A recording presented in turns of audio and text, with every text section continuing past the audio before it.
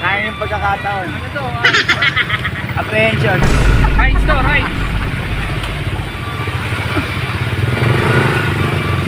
Show my boys. Show my boys.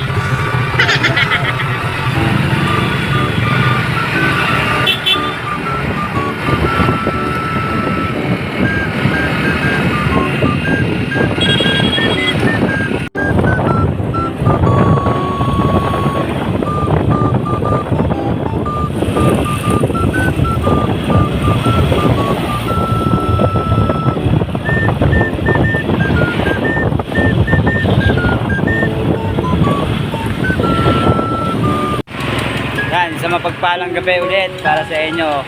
Ngayong araw, Merkules. Bali, nandito tayo sa may Pateros Tulay. From Wawa, alam nyo kung anong ginawa natin. Yan, dinala natin itong food cart na yan. Second hand ulit na nabili. Hindi po sa akin yan. Bali, kompleto na po yung mga gamit yan sa loob. Swerte nung nakabili nito. Bagod tayo. Kaya medyo pahinga muna tayo dito.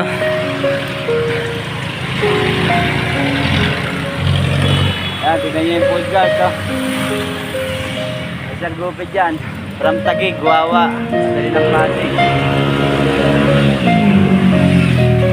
Bike lang tayo papunta doon, syempre.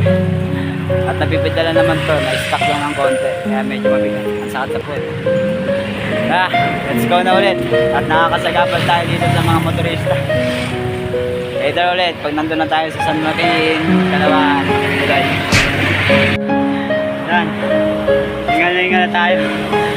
Ang akit nito. Ang natin kasi inakit natin dito sa may Tulay ng Barangay Calauan.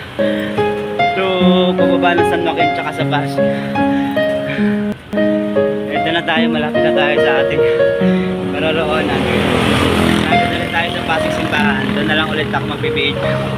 Magpapahinga na rin ako doon. Kaya natin to. Laban lang. Yan, dito na tayo. Napadyak na natin ng simbahan ng Pasig. Ayan, Pasig search na tayo. At napadyak natin mula Taguig, Wawa hanggang dito. Siyempre, malapit-lapit na rin tayo sa ating pupuntahan sa pagde-delivery na to sa bahay ni Sir Gupi. Kaya, tuloy pa tayo, konti na lang. Minuto na lang doon lang tayo. Tuloy lang, pagpagisan lang din. Siyempre, kaya natin ginagawa to, tulong na rin siyempre. Dahil malaki rin naman na itulong sa atin ng tao. Siyempre, tulong para sa akin, tulong din para sa kanya. At malaking bagay na rin yun. Tulungan lang, ganun lang. Baka simple lang naman ng mga dahilan namin. Kahit busy ako kanina at ginawan ko pa rin ang paraan to para lang matulungan din si Sir na makuha na rin tong pangkabuhayan showcase niya na food cart. Kaya eto na marami na tayo. Malalabat na rin ako kaya siguro hindi ko na mapagpapatuloy mamaya ang ating video, pero susubukan ko kung mabibidyoan pa natin yun. Andito na tayo sa kalagitnaan ng F. Manalo. Ayun o, F. Manalo. Kaya natin siya sa kanyang pamamahay. Naubos kong tubig o. Hindi isang litro. Deliver na siya dito. At hanggang dito na lang ang video. May-ari, di makita, madilim. Nandiyan na si Dak Siomay mo.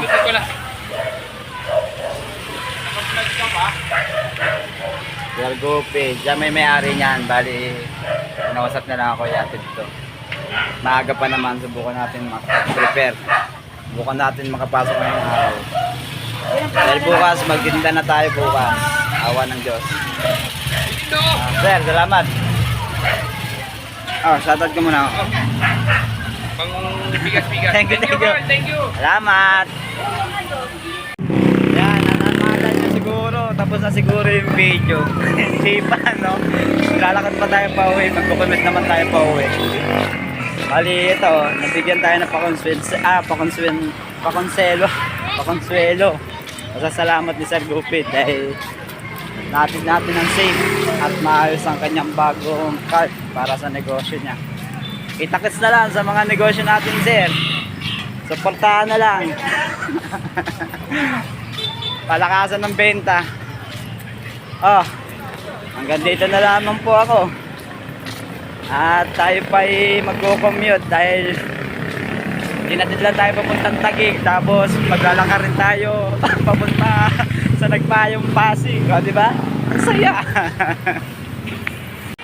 Yan, dumiretso na rin tayo dito sa Pasig Palengke. Binigay sa atin ni Sir Gupit, binili na lang din natin ng mga kulang nating regalo. Ito lang bibili natin sa palengke dahil ito na lang yung kulang natin. Napakamahal nito, 500 ml. 170 agad. Inaw.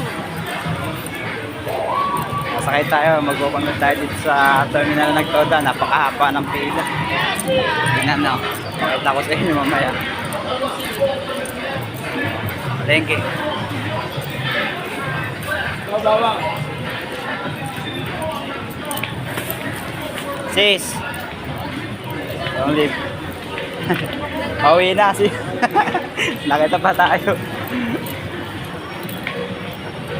Napakahaba ng pila dito, ayun oh. May kasabi na lang tayo sa kakilala natin para mapabilis tayo makauwi. Tignan nyo yung pila hanggang dulo yan, oh. Angas na lang tayo dahil helmet lang dala natin, wala tayong dalang motor.